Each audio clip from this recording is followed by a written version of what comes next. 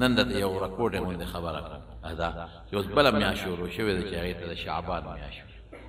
د شو قدر میاشت چې دا د پښتانه ورته وایي او عرب به د شعبان میاشت وایي په دې میاشتې 15 تاریخ ډېر قیمتي دی 15 شپه د دې میاشتې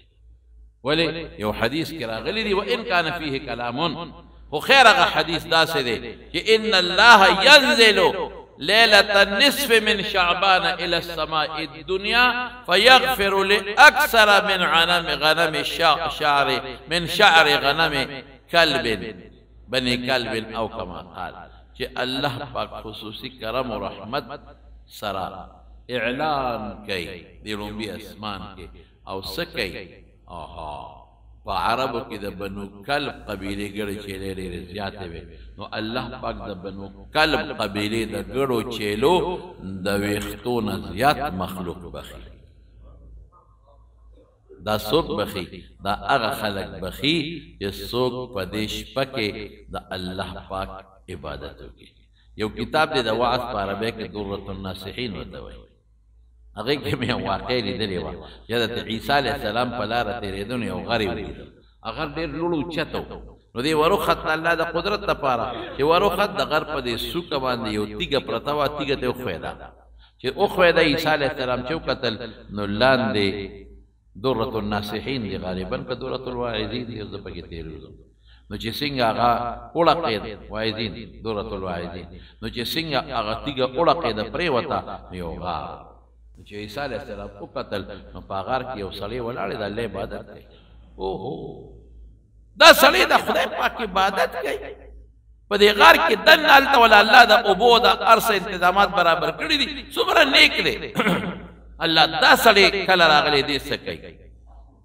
رب العالمین ورته فرمایلی په خپله دې تپوس وکړه نو عیسی علیه السلام د هغه سړي نه تپوس وکړه هغه ویې 400 کاله مې وشو چې په دې غار کې لګیم د الله عبادت 400 سال ډېر شی دی لږ شی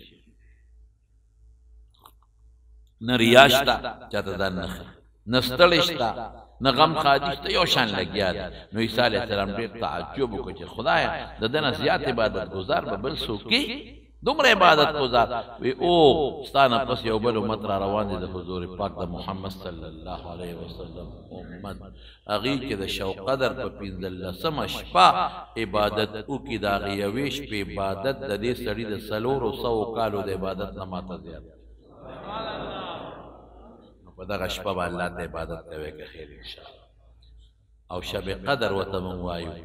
دا نور خلک ورته شب برات وایي لیلۃ القدر په عربی کې ورته وایي زموږ علما لیکي وایي په دې شپه کې الله پاک د راتلونکي یو کال د هر سړي تقدیر فرشتو ته حواله کړي چې دا ولیکي شب یې لیکي د هر سړي نو د رمضان په اخري 10 شپو کې چې بیا کومه لیلۃ القدر ده نو په هغه شپې د دنیا فرشتو ته حواله کړي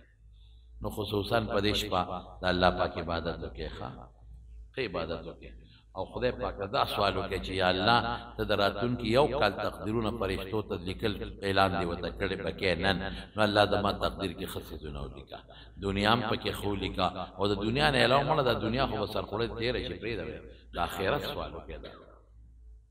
د آخرت ګټه وغواړئ د الله نه د اسان مرګ د خدای نه وغواړئ چې مرګ هم سخت دي قبر د قبر عذابونه د هغې نه امن وغواړئ د قبر د تیارونه امن وغواړئ د قبر رڼاګانې او خیرت وغواړئ د خدای پاک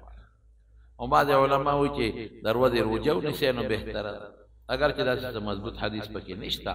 خیر ښه خبره ده که څوک یې نیسي نو زما په خیال باندې د جمعې ورځ غالبا د سرکار قرآن نیم خبر د هغوی د خالي راځي زمونږ د ملک د پاکستان د خالي ورځ راځي سعودي جمعه راځي او موږ به د خپل ملک سره خپل انتظام ساتو ښه د خپل ملک سره نو د خالي ورځ راتلونکې د شب قدر 15 ده او د خالي شپه د جمعې نه پس د خالي شپه دا د شب قدر شپه ده دعا وکړئ چې رب العالمین موږ ته د عبادت توفیق راکړي الله موږ د پریشانو آفاتو نه په امن کې وساتي